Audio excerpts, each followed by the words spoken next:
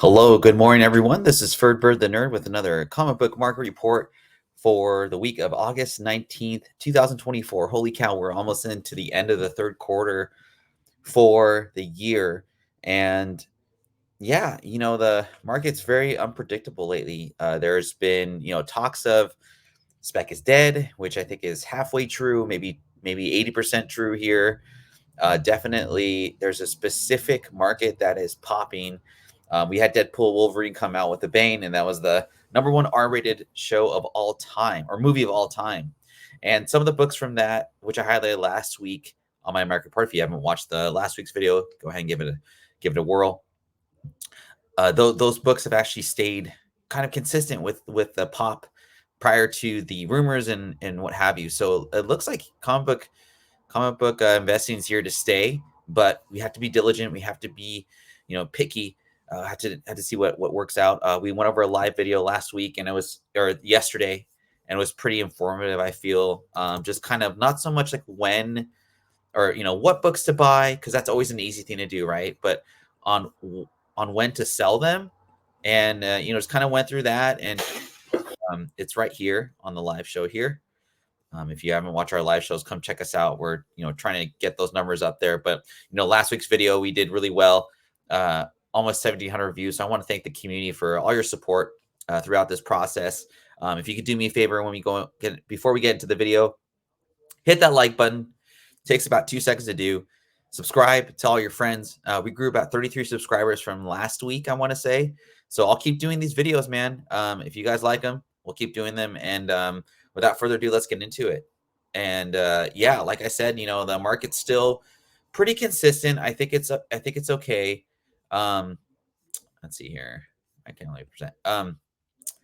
But you do have to be kind of careful on what you're buying is, what you're, when you're going to sell. I'm not going to really go into like when to sell these. It's just strictly a market report from some books that I found are good keys to look into.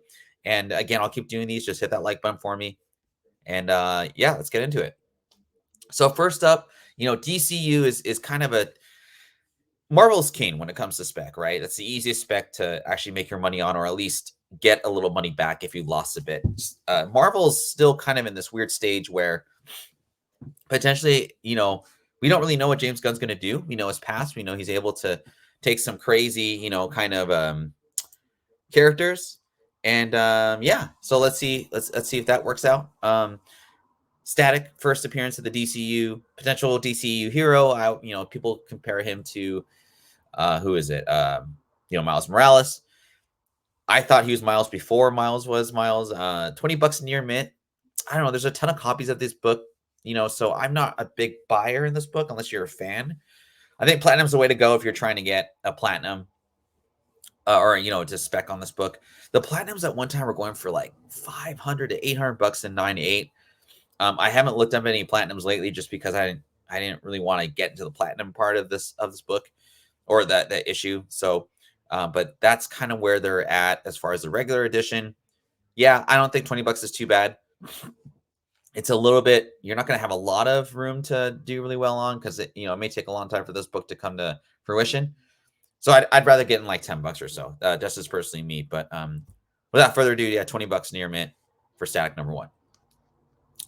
Next is Truth, Red, White, and Black. Now, with the anticipation of the Captain America movie coming out, the 4th one, does this book show up in the show, or sorry, in the movie? I don't know, but I don't think it really necessarily doesn't really matter if that occurs, because I think just the remembrance of him is good enough. But it's a great character, tough 9.8, $5 for a near mint copy of this book. So if you are in the market to try and get this sub for 9.8, $5. I mean, that's not it's a little risky. You could put like the 9.8 or bust kind of label on your submission to CGC, but it's a tough 9.8 just because it's that cardboard kind of etched paper. So good luck with that. But yeah, $5 in a near mint. I mean, this book was $20 at least for a long time. So I'm not an investor myself, though. Next up, DC Weird War Tales number 93. This is the first Creature Commandos. I saw this sell for $96 in a near mint newsy. Adding Kubert cover, which I thought was pretty cool. I'm not a buyer of this particular DC team just because I mean, I'm just personally like, I just think it's too high to just pay $100 for a newsstand and hope for a 9.8 of a not so much an older book, but like an 80s, like possibly overprinted book. I just think the market for supply and demand of this book isn't very the demand isn't very big for this. It's going to be a tough one for me. But $100 is healthy if you have this book and you want to sell it. There's a this Creature Commandos could be like a huge hit or it could be a huge dud. Um, I'm probably leaning more towards it's going to be a nice hit, but the potential of this popping off after the show goes up with $100 buy-in, I think it's just there's not enough meat on left on the bone for me personally, unless you can get this newsy for like a 9.6 or higher. But nonetheless, Weird War Tales 93, first appearance of Creature Commandos. Keeping this DC Blue Beetle #1, 1960 from 1964. Last sale $359 for a 7.0 Silver Age book. This is the first mention of Kajada, the scarab that grants powers to the Blue Beetle. Which, it's I didn't really want to go over this because of that spec so much. I think it's just an added layer to the first issue of Blue Beetle from 1964. I think $359 for Silver Age 7.0 is really good. I don't think it's bad. That's a pretty good price for anticipation of the new movie coming out. I thought the Blue Beetle movie that came out this past year or last year was like probably like a 6.5 to 7.5 out of 10 as far as like watchability. I don't think I'd watch it again.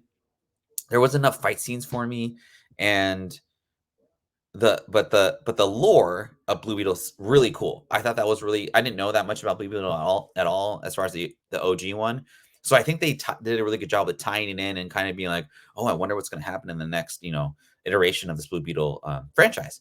So anyway, Blue Beetle #1, 1964, 359 for a 7.0, and that's a good investable price point there.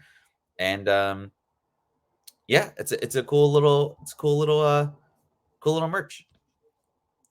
Keeping DC Vertigo now. This is more of a collector's piece for me. Sandman #1, considered one of the great novels of Americana. Actually made I think the National Library of Congress. I think it's the only graphic novel that's made it, which is pretty impressive.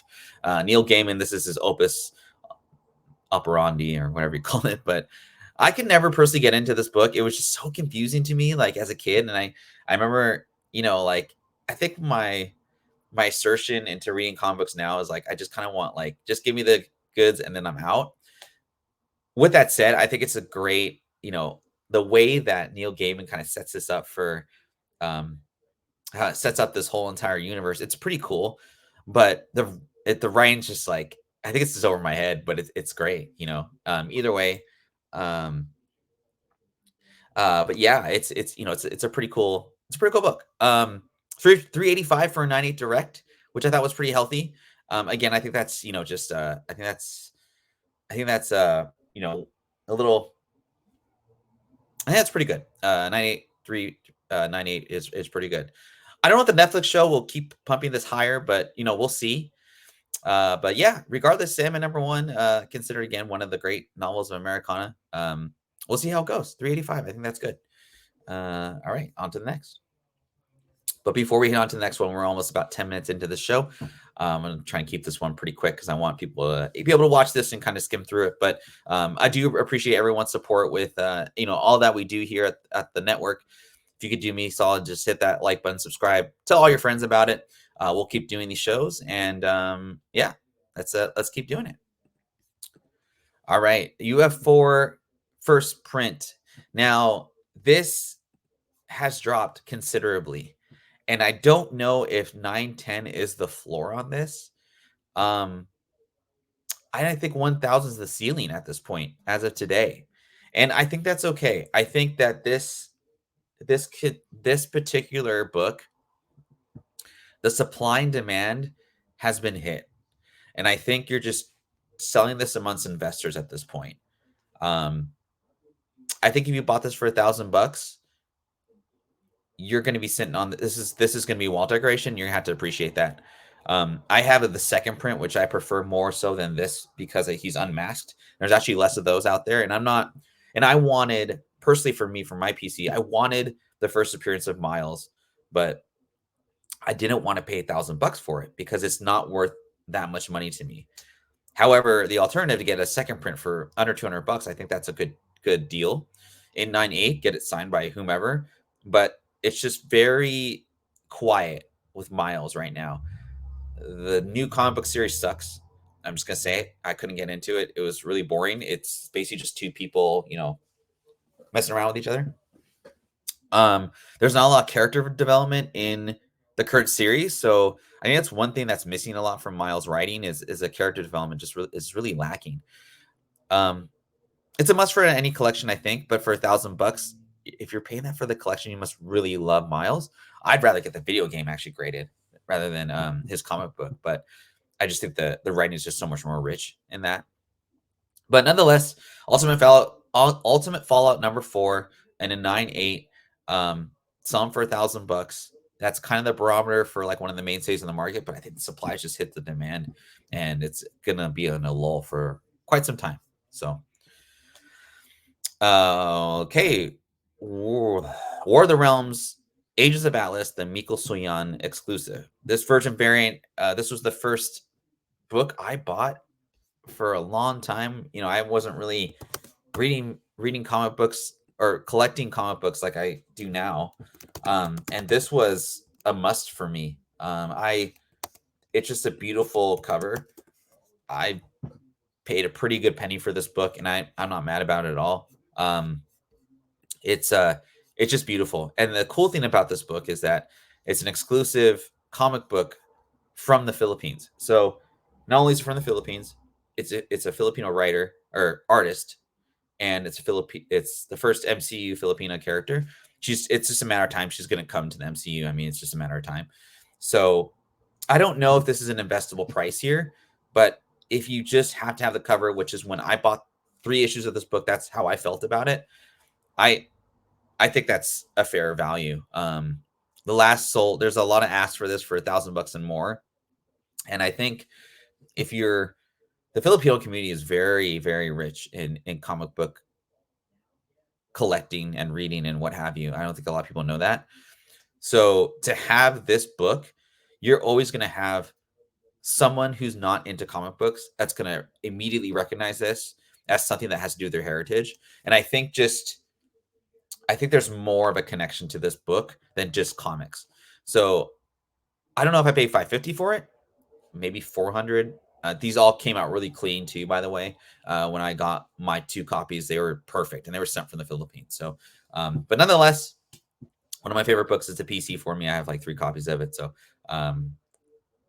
good luck hunting for it.